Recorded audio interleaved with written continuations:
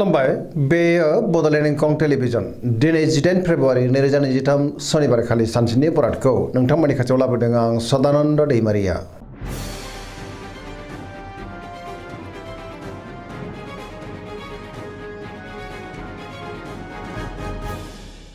सिगां फरायनो लादों मेष राशि गिबि हांखो अ ल दिनैनि साना जोबोर मोजां गोथों आरो गोग्गो साननो रोंगोन गियाननि आंखाल जानाय नङा सोरजोंबा बाख्नाय जानो हागौ गुबुनजों मोजां सोमोन्दो लाखिनो रोंगोन बयजोंबो गोरोबनो रोंगोन आरो अनसायजागोन नखराव गोजोन थासारिखौ मोननो हागोन जेरावबो मान मोननो हागोन मावनो लानाय खामानिखौ थि समावनो आरो गोरलैयैनो मावफुंनो हागोन गोसोआ दिनै जोबोर खुसि जागोन देहायाबो मोजाङै थागोन सोरबा लोगोनिफ्राय मोजां खौरां फैनोबो हागौ रांखावरियाव मोजां गोबां धोन आरजिनोबो हागोन बेफार फालांगियावबो दिनै जोबोर मोजां मुलाम्फा मोननो हागोन सोरबा लोगोजों बाख्नाय जानो हागौ गुबुननिफ्राय थोजासे हेफाजाब मोनगोन बिमा बिफानि अननाय आरोफोरखौ मोननो हागौ बिसि फिसायनि गेजेराव मोजां सोमोन्दो थागोन बहाबा थाङोब्ला दिनै जोबोर मोजां आरो मोजाङैनो हान्थिनोबो हागोन धोरोमारि बिथिङाव दिनै गोसो दुंखांगोन आरो मोजाङैनो सिबिनोबो हागोन गोसोनि बोलोआ बांगोन लाइमोनफोरा दिनै जोबोर खुसि जागोन आरो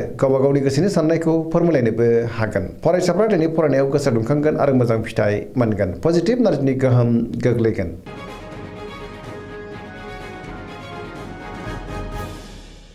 बृष राशि गिबि हांखो इ उ ब दिनैनि साना मोजां आरो गाज्रिनि गेजेरजों बाबेनलांगोन गोसोखौ दिनै जोबोर उसाव बादाव मोननो हागौ गोसोनि बोलोआ लोरबां जागोन मावनो लानाय खामानिखौ मावफुंनो हागोन समाजाव मान मोनगोन रांखावरियाव मोजां अब्लाबो नाथाय खरसायाबो बांगोन बेफार फालांगियाव मोजां होनजायो नखराव बिसि फिसायनि गेजेराव अननानै फैगोन बिदा फंबायजों मोजां सोमोन्दो थागोन देहाया दिनै बारा मोजां थानाय नङा गोबां रोखोमनि देहायारि जेंनाजों मोगा मोगि जानांनोबो हागौ सानाय सुनाया बांनो हागौ जानाय लोंनायाव सांग्रां जानांगोन गुबुननिफ्राय हेफाजाब मोनगोन सोरबा लोगोनिफ्राय अननाय आरो हेफाजाबखौ मोननो हागौ गोसोनि साननायफ्रा देबर नांनोबो हागौ बहाबा हान्थिब्ला दिनै लामा सामायाव सांग्रां जानांगोन नेगेटिभ एनार्जिनि गोहोम गोग्लैनोबो हागौ लाइमोनफोरनि गोसोआ दिनै जोबोर आला खाला जागोन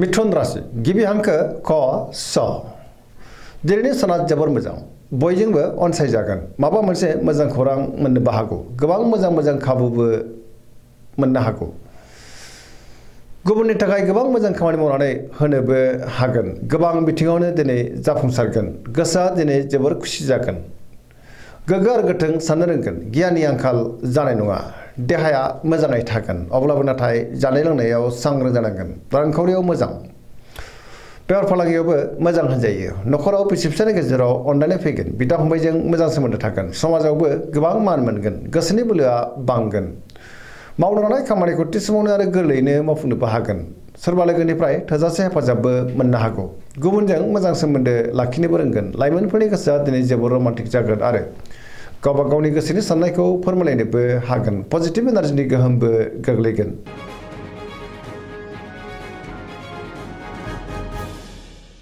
कर्कट राशि गिबि हांखो ड ह दिनैनि साना मोजां आरो गाज्रिनि गेजेरजों बाबेनलांनो हागौ सोरबा लोगोजों रायखोमा जानोबो हागौ गोसोनि साननायफ्रा देबर नांगोन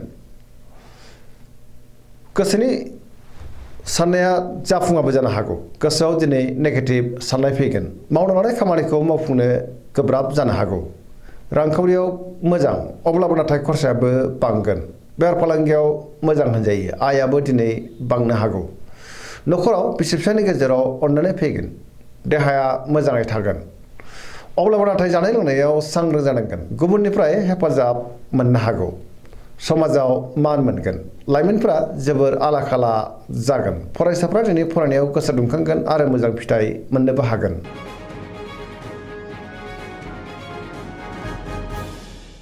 सिंह राशि गिबि हांखो म ट दिनैनि साना जोबोर मोजां गोसोखौ दिनै जोबोर गोजोननाय मोनगोन सोरनिबा अननाय आरो मोजां मोननायखौ मोननो हागौ गोसोआ दिनै जोबोर खुसि जागोन समाजाव मान बांगोन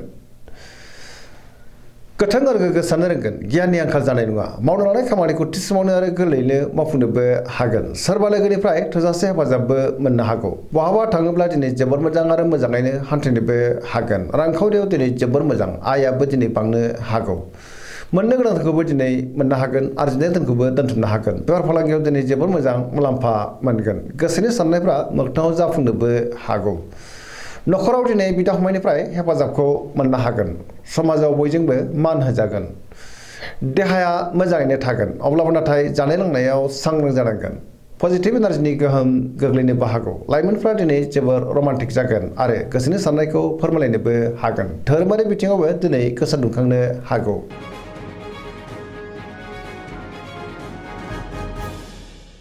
कन्या राशि गिबि हांखो प ट दिनैनि साना जोबोर मोजां गोसोखौ दिनै जोबोर गोजोननाय मोनगोन सोरबा लोगोनिफ्राय थोजासे हेफाजाब मोननोबो हागौ गोसोनि साननायफ्रा मोगथाङाव जाफुंगोन गोसोनि बोलोआबो बांगोन पजिटिभ एनार्जिनि गोहोम गोग्लैगोन आरो पजिटिभ साननो रोंगोन गोथों आरो गोग्गो साननो रोंगोन गियाननि आंखाल जानाय नङा मोनफ्रोमबो खामानिखौनो दिनै मोजाङैनो मावफुंलांनो हागोन सिगांनि बबेबा आद्रा खामानियाबो दिनै मावफुंजानो हागौ रांखावरियाव मोजां अब्लाबो नाथाय खरसायाबो बांगोन बेफार फालांगियाव मोजां होनजायो देहाया दिनै मोजाङैनो थागोन गोबां मुंदांखा सुबुंजों लोगो मोनज्लायनो हागौ नखराव अननानै फैगोन गोबां खामानियाव दिनै मुखुब थागोन सोरजोंबा बाख्नायजानोबो हागौ गोसोआ दिनै जोबोर गोजोनगोन पजिटिभ एनार्जिनि गोहोम गोग्लैगोन धोरोमारि बिथिङावबो गोसो दुंखांनो हागौ गुबुननि थाखाय गोबां मोजां खामानि मावनानै होनो हागोन लाइमोनफ्रा दिनै जोबोर रमान्टिक जागोन आरो गावबा गावनि गोसोनि साननायखौ फोरमायलायनोबो हागोन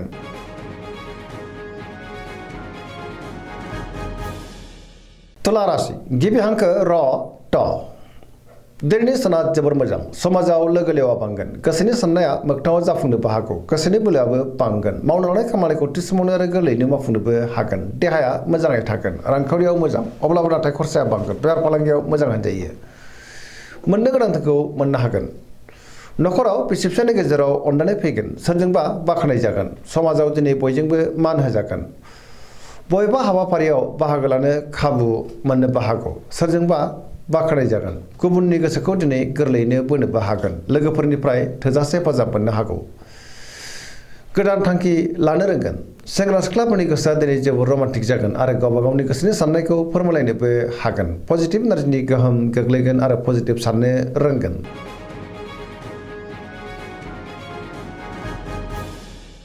वृश्चिक राशि गिबि हांखो न स दिनैनि साना जोबोर मोजां पजिटिभ एनार्जिनि गोहोम गोग्लैगोन गोसोखौ दिनै जोबोर गोजोननाय मोनगोन सोरजोंबा बाख्नायजानो हागौ मावनो लानाय खामानिखौ थि समावनो आरो गोरलैयैनो मावफुंनोबो हागोन सिगांनि बबेबा आद्रा खामानिखौ दिनै मावफुंनो हागोन बहाबा थांनांगौब्ला दिनै जोबोर मोजां आरो मोजाङैनो हान्थिनोबो हागोन मावनो लानाय खामानिखौ मावफुंनो हानानै गोसोआ दिनै जोबोर गोजोनगोन गुबुननिफ्राय थोजासे हेफाजाब मोननो हागौ गोसोनि साननायफ्रा दिनै मोगथाङाव जाफुंगोन गोसोनि बोलोआबो बांगोन समाजाव बयजोंबो मान होजागोन रांखावरियाव जोबोर मोजां होनजायो मोननो गोनांखौ मोननो हागोन बेफार फालांगियाव दिनै जोबोर मोजां मुलाम्फा मोनगोन गुबुननिफ्राय थोजासे हेफाजाब मोनगोन देहाया दिनै मोजाङै थागोन सोरबा लोगोजों बाख्नाय जागोन फरायसाफ्रा दिनै फरायनायाव गोसो दुंखांगोन आरो मोजां फिथाइ मोननोबो हागोन लाइमोनफोरनि गोसोआ दिनै जोबोर रमान्टिक जागोन आरो गावबा गावनि गोसोनि साननायखौ फोरमायलायनोबो हागोन धोरोमारि बिथिङावबो दिनै गोसो दुंखांनो हागौ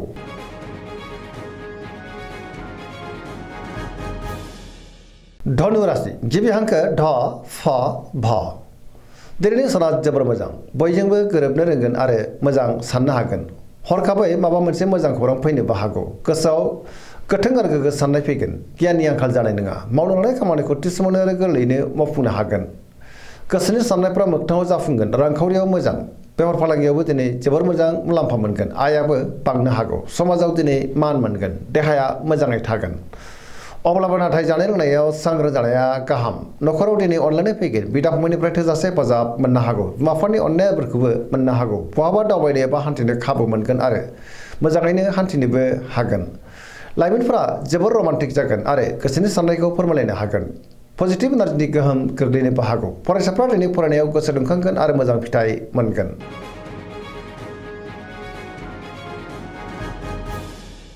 मकर राशि गिबि हांखो ख ज दिनैनि साना मोजां आरो गाज्रिनि गेजेरजों बाबेलांगोन गोसोनि बोलोआ लोरबां जानोबो हागौ गोसोनि साननायफ्रा देबारनांगोन मावनो लानाय खामानिखौ थि समावनो मावफुंनो गोब्राब जागोन माबा नङा माबा मोनसे हेंथा फैनोबो हागौ आरो गोरोन्थिबो जालांनो हागौ रांखावरियाव बारा मोजां नङा होनजायो। नाङा फाङा खरसाया बांगोन। मोननो गोनांखौबो दिनै मोननो गोब्राब जानो हागौ। बेफार फालांगियाव बारा मोजां नङा, खहा जानोबो हागौ। गुबुनजों मोजां सोमोन्दो लाखिनो रोंगोन। मावनो लानाय खामानिखौ मावफुंनो गोब्राब जागोन। गोदान खामानियाव आखाइ होजेननो हानाय नङा। न'खराव बिसि-फिसायनि गेजेराव अनलायनाय फैगोन। बिदा-फंबायजों मोजां सोमोन्दो थागोन। देहाया मोजाङै थागोन। सेंग्रा-सिख्लाफोरा दिनै जोबोर आला-खाला जागोन। नेगेटिभ एनार्जिनि गोहोम गोग्लैनो हागौ।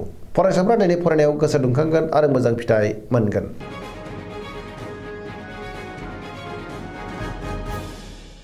कुम्भ राशि गिबि हांखो ग स। दिनैनि साना जोबोर मोजां। न'खराव दिनै अनलायनाय फैगोन। सोरजोंबा बाख्नायजानानै गोसोआ दिनै जोबोर खुसि जागोन। गुबुनजों मोजां सोमोन्दो लाखिनो रोंगोन। सोरबा लोगोनिफ्राय मोजां खौरां फैनोबो हागौ। गोसोआव दिनै पजिटिभ साननाय फैगोन। मावनो लानाय खामानिखौ थि समावनो आरो गोरलैयैनो मावफुंनो हागोन। सिगांनि बबेबा आद्रा खामानियाबो दिनै मावफुंजानो हागौ। समाजाव मान मोनगोन। गोबां मुंदांखा सुबुंजों दिनै लोगो मोनज्लायगोन। रांखावरियाव जोबोर मोजां होनजायो। बेफार फालांगियावबो दिनै जोबोर मोजां मुलाम्फा मोननो हागोन। देहायाबो मोजाङै थागोन। गुबुननिफ्राय थोजासे हेफाजाब मोननोबो हागौ। बिमा-बिफानि अननाय आरो बोरखौ मोननो हागोन। बहाबा दावबायनो एबा हान्थिनो खाबु मोनगोन आरो मोजाङैनो हान्थिनोबो हागोन। पजिटिभ एनार्जिनि गोहोम गोग्लैगोन।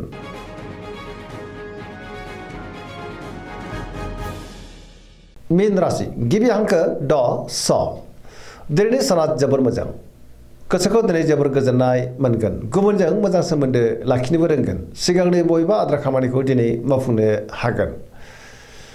गोसोआ दिनै जोबोर खुसि जागोन। पजिटिभ साननो रोंगोन। गियाननि आंखाल जानाय नङा। गोसोनि बोलोआ बांगोन। गावनि गोसोनि साननायखौ गुबुननो फोरमायनोबो हागोन। धोरोमारि बिथिङावबो दिनै गोसो दुंखांनो हागौ। देहाया मोजाङै थागोन। अब्लाबो नाथाय जानाय लोंनायाव सांग्रां जानांगोन। रांखावरियाव मोजां। बेफार फालांगियावबो मोजां। आयआबो बांनो हागौ। गुबुननि थाखाय गोबां मोजां खामानि मावनानै होनोबो हागोन। न'खराव बिसि-फिसायनि गेजेराव अनलायनाय फैगोन। बिदा-फंबायजों मोजां सोमोन्दो थागोन। सोरजोंबा बाख्नायजानो हागौ। लाइमोनफोरनि गोसोआ दिनै जोबोर रमान्टिक जागोन आरो गावबा गावनि गोसोनि साननायखौ फोरमायलायनोबो हागोन। दिनैनि राशि फरायथिनाया एसेनोसै। जोबनायाव बेखौनो खावलायो जाहाथे नोंथांमोना सानफ्रामबो जोंनि बे बड'लेण्ड इंखं टेलिभिजनखौ नायबाय थायो आरो साबस्क्राइब खालामो, लोगोसे लाइक खालामो आरो शेयार खालामो। एसेनोसै, गोजोन्थों।